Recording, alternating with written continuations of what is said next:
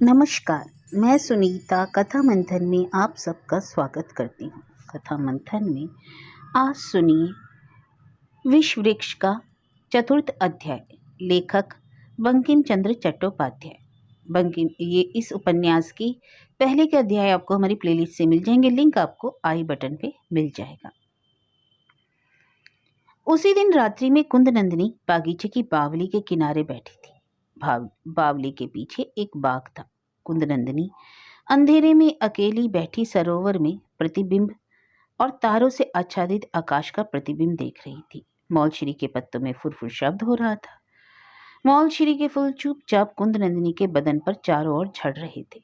पीछे से चमेली जूही की झाड़ियों से सुगंधी आ रही थी। चारों ओर अंधकार में जुगनुओं के झुंड साफ पानी के ऊपर चमकते और बुझते फिर रहे थे। मेघ के टुकड़े आकाश में रास्ता भूलकर भटक रहे थे। कुंद नंदिनी सोच रही थी, सभी मर गए। माँ मरी, भैया मरे, बाबा मरे, पर मैं क्यों नहीं मरी? नहीं मरी तो यहाँ क्यों आई? क्या भले आदमी मरकर तारे बनते हैं? पिता की परलोक यात्रा की रात को कुंद ने जो स्वप्न देखा था, उसकी कुंद को याद न रही। अब उसका आभास मात्र मन में आया। उसे याद आया कि उसने अपनी माता को स्वप्न में देखा था। उसकी माँ उसे तारों में ले जाने को कह रही थी। कुंद सोचने लगी, अच्छा, क्या मनुष्य मरकर तारा बनता है? तब तो माता पिता सभी नक्षत्र हैं। वे लोग कौन से तारे हैं, यह मैं कैसे जानूं? चाहे जो हो, मुझे तो वे देख रहे होंगे। परंतु रोने से क्या होगा? मेरे भाग्य में तो रोना ही है। कैसे मरूं? पानी में डूबकर? यहाँ तो कोई नहीं है, कोई सुन भी ना सकेगा। जरा उनका नाम जवान पर तो ले आऊं ना। नगेंद्र, नगेंद्र, नगेंद्र, मेरे नगेंद्र, मैं कौन होती हूँ तुम्हारी? तुम तो सूर्यमुखी के नगेंद्र हो। किसका नाम लेती हूँ? किंतु क्या हुआ यदि सूर्यमुखी के साथ उनका विवाह न होकर मेरे साथ होता?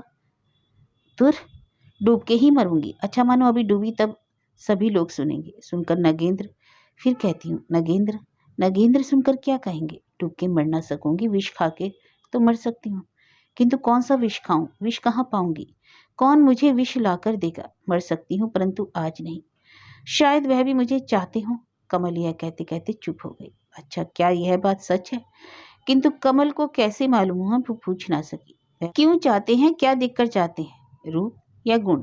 रूप देखूं, यह कहकर वह स्वच्छ सरोवर में अपना प्रतिबिंब देखने गई। वहीं जाकर बैठ गई। मुझसे सूर्यमुखी सुंदर है, मुझसे तो हरिमणि भी सुंदर है। वह रो पड़ी। मुझसे हीरा भी सुंदर है। क्या वह सचमुच सुंदरी है? सांवली होने से क्या होता है? उसका चेहरा मुझसे सुंदर है। कलकत्ता जाना ना हो सकेगा, वहां नहीं जा सकूंगी। देखने भी ना पाऊंगी, मैं जा ना सकूंगी, कदापि ना जा सकूंगी। तब तब ना जाकर ही क्या करूंगी?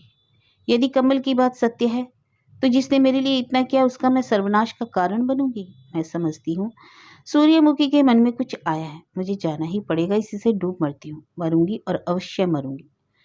कुंद आंखों पर हाथ रखकर रोने लगी। तभी उसे स्वप्न का वृतांत स्पष्ट दिखाई देने लगा। कुंद उठकर खड़ी हो गई। मैं सब भूल गई। क्यों भूल गई?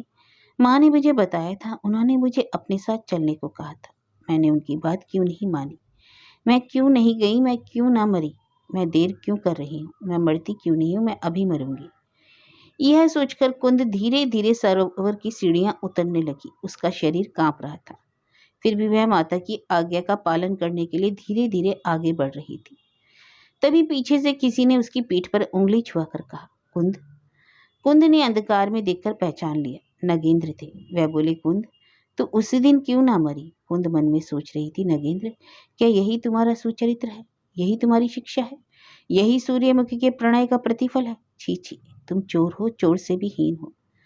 चोर सूर्यमुखी के गहने चुराता, परंतु तुम तो उनका प्राण ही लेने बैठे हो। सूर्यमुखी ने तुम्हें अपना सर्वस्व दिया, तुम चोर बनकर क्या चुराने आए हो? नगेंद्र, तुम्हारा मरना ही अच्छा है।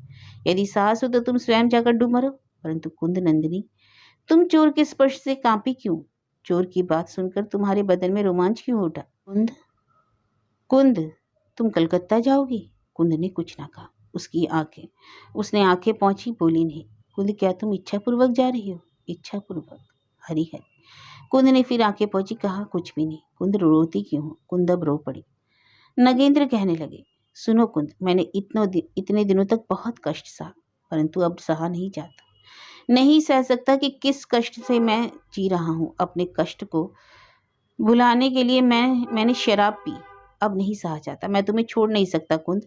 विधवा विवाह चल रहा है, मैं तुमसे विवाह करूंगा, परंतु तुम्हारे कहने पर ही विवाह होगा। नहीं, ये नहीं होगा। क्यों कुंद? क्या विधवा विवाह न्याय संगत नहीं? कुंद कुछ नहीं बोली।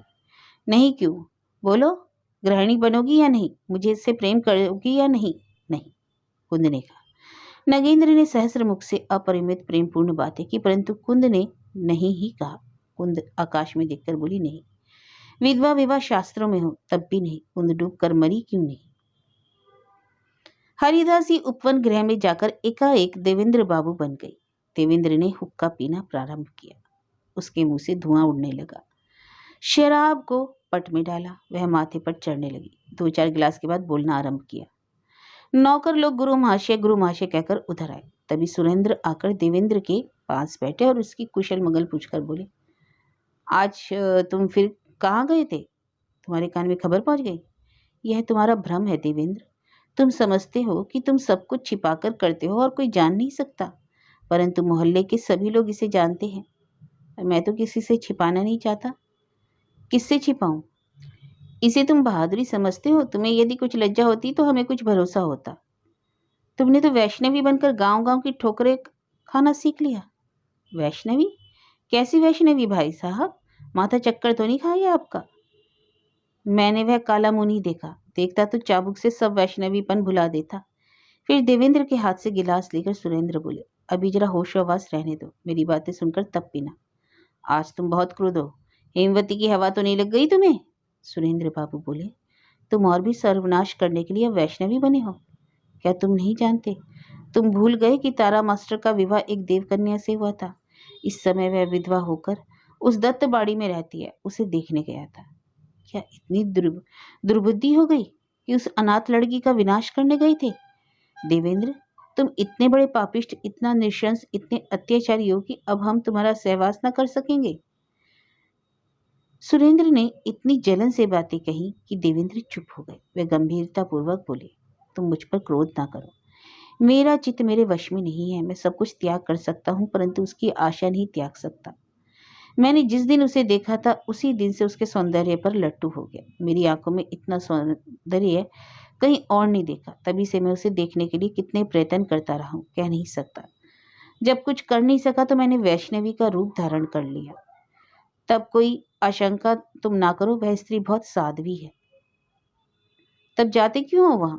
केवल उसे देखने के लिए। उससे देखकर, उससे बातें करके, उसे गाना सुनाकर मुझे शांति मिलती है। मैं कह नहीं सकता। मैं तुमसे सच कहता हूँ कि यदि तुम इस दुष्प्रवृत्ति का त्याग न करोगे तो तुम्हारे साथ मेरी बातचीत आज से बंद। मैं तुम्हारा शत्रु हो जाऊंगा। अरे तुम ही तो मेरे एकमात्र प्रिय हो। मैं अपना सब कुछ छोड़कर भी तुम्हें नहीं छोड़ सकता, परंतु यदि तुम मुझे छोड़ना चाहो तो वह स्वीकार है, पर मैं कुंद नंदिनी की आशा नहीं छोड़ सकता। तब ऐसा ही हो। यह तुमसे मेरी अंतिम भेंट है। यह कहकर सुरेंद्र चले गए। देवेंद्र एकमात्र बंधु के विच्छेद से बहुत दुखी हो गए। कुछ देर उदास हो बैठे रहे, फिर बोले, दूर, संसार में कौन किसका है, मैं ही अपना हूँ। यह कहकर उन्होंने फिर से गिलास में शराब भरी और उसको पिया। उनका चित्त प्रसन्न हो उठा और वह फिर मस्त होकर गाने लगे। सब लोग चले गए। देवेंद्र नौका शून्य नदी के बीच अकेले बैठे तरंग में डुबकियां लगा रहे थे। आकाश में चांद की चांदनी थी। तभी खिड़की के पास कुछ खड़खड़ाहट हुई। देवेंद्र बोले, कौन कौन झिलमिली उठा रहा है? उन्होंने खिड़की से देखा, एक स्त्री भागी जा रही है। स्त्री को भागते देख देवेंद्र खिड़की खोलकर उधर कूदकर उसके पीछे लड़खड़ाते हुए चले। स्त्री भागना चाहती तो भाग जाती, परंतु इच्छापूर्वक नहीं भागी। देवेंद्र ने उसे पकड़ा, परंतु अंधकार में पहचान नहीं सके। शराब की झोंक में बोले, वाह वाह। वह उसे कमरे के अंदर खींचकर ले आए और बोले, तुम किसकी औरत हो? आज तुम लौट जाओ। अमावस्या को पूड़ी हलवा से पूजा करूंगा, आज थोड़ी ब्रांडी पिए जाओ। यह कहकर उन्होंने उस औरत को कमरे में बैठाकर उसके हाथ में शराब का गिलास दिया। वह स्त्री उसे हाथ में लिए बैठी रही। तब वह रोशनी उठाकर स्त्री के मुंह के पास ले गया। बोला, तुम कौन हो जी? तुम तो पहचानी पहचानी सी जान पड़ती हो। कहीं देखा है तुम्हें? मैं हीरा हूँ। हीरा? कहकर उछल पड़े। फिर हीरा को प्रणाम कर हाथ में गिलास लिए उसकी स्तुति करके पूछा, कहो तुम्हारा कैसे आना हुआ? क्या मैं जान सकता हूँ? हीरा समझ गई थी कि हरिदासी वैष्णवी और देवेंद्र बाबू एक ही हैं। किंतु देवेंद्र वैष्णवी के वेश में दत्त घराने में क्यों आते जाते यह जानना सहज नहीं था। हीरा बड़ा दुस्साहस करके इस समय देवेंद्र के घर आई थी। वह चुपचाप बाग में प्रवेश कर खिड़की के किनारे देवेंद्र की बातचीत सुन रही थी। सुरेंद्र के साथ देवेंद्र की बातें सुन हीरा अपना कार्य सिद्ध कर लौट रही थी और जाते समय असावधानी से झिलमिली टूट गई और इसी से यह बखेड़ा खड़ा हो गया। हीरा भागने के लिए व्यस्त थी। देवेंद्र ने उसके हाथ में फिर शराब का ग्लास दिया। हीरा बोली, आप पीजिए। कहते ही देवेंद्र ने उसे गले के नीचे उतार लिया। उस गिलास से देवेंद्र की शराब की मात्रा पूरी हो गई। एक बार लुढ़क कर देवेंद्र सो गए तो वह उठकर भागी। उस रात हीरा दत्त घराने में नहीं गई। वह अपने घर जाकर सो गई। दूसरे दिन सवेरे जाकर सूर्यमुखी को देवेंद्र का समाचार दिया। देवेंद्र कुंद के लिए वैष्णवी बनकर आता है। हीरा ने यह न कहा कि कुंद निर्दोष है। सूर्यमुखी भी यह नहीं समझी। सूर्यमुखी ने देखा कि कुंद वैष्णवी के साथ चुपके चुपके बातें करती थी, इसलिए सूर्यमुखी ने उसे दोषी माना। हीरा की बातें सुन सूर्यमुखी के नेत्र लाल हो गए। कमल ने भी सुना। कुंद को सूर्यमुखी ने बुलाया। उसके आने पर बोली, कुंद, हम लोग पहचान गए हैं कि हरिदासी वैष्णवी कौन है। हम लोग यह भी जान गए हैं कि वह तेरा कौन है। मैं तुझे भी पहचान गई। हम लोग ऐसी स्त्रियों को घर में स्थान नहीं देते। तू अभी घर से निकल जा, नहीं तो हीरा तुझे झाड़ू मारकर निकाल देगी। कुंद का शरीर कांपने लगा। कमल ने देखा कि वह गिरना चाहती थी। कमल उसे पकड़कर सोने की कोठरी में ले गई। उसने धीरे से कहा, हीरा जो कहती है कहने दो, मुझे उसकी बात पर जरा भी विश्वास नहीं है। आधी रात को घर के सब लोगों के सो जाने पर कुंद नंदिनी बाहर निकली। एक ही वस्त्र में उसने सूर्यमुखी का घर त्याग दिया। रात बहुत अंधेरी थी, कुछ कुछ बादल भी थे और रास्ता अज्ञात था। कुंद नंदिनी की इच्छा थी कि वह एक बार नगेंद्र दत्त को उसकी कोठरी में खिड़की की राह से देख ले। एक बार उन्हें देखने से उसकी छाती ठंडी हो जाती। वह उनका शयन गृह जानती थी। कुंद नंदिनी मुग्ध नेत्रों से उस खिड़की से आते हुए प्रकाश को देखने लगी। वह वहां जा न सकी। उनके शयनगार के सामने कुछ आम के पेड़ थे। कुंद नंदिनी उन्हीं के नीचे खिड़की की ओर मुंह करके बैठ गई। रात अंधेरी थी, चारों ओर अंधकार था। वृक्ष पर जुगनुओं की चमक होती बुझती थी। आकाश में काले बादल दौड़ रहे थे। केवल दो एक तारे कभी मेघ में छिपते, कभी चमकते। वायु के संचार से खिड़कियां दरवाजे दीवार से टकराकर आवाज कर रहे थे। उल्लू मकान की चोटी पर बैठकर बोल रहे थे। धीरे धीरे खिड़की का शीशा खुला। एक मनुष्य उस प्रकाश में दिखाई दिया। वह नगेंद्र था, किंतु वह प्रदीप की ओर पीठ किए हुए खड़े थे। उन्होंने कुंद को ना देखा। थोड़ी देर में नगेंद्र शीशा बंद करके हट गए। निर्दयी, इससे तुम्हारी क्या हानि हुई? नहीं, कुंद नंदिनी यही तो चाहती थी। सहसा खिड़की में अंधेरा हो गया। आंखों के आंसू पहुंचकर कुंद नंदिनी उठी। उसे जो राह मिली उसी पर चली। कहाँ चली कहीं नहीं पता। कुंद चलती रही। आकाश में बादल दौड़ रहे थे। बिजली हंसी, फिर हंसी। हवा चली, मेघ गरजा। कुंद कहाँ जा रही है?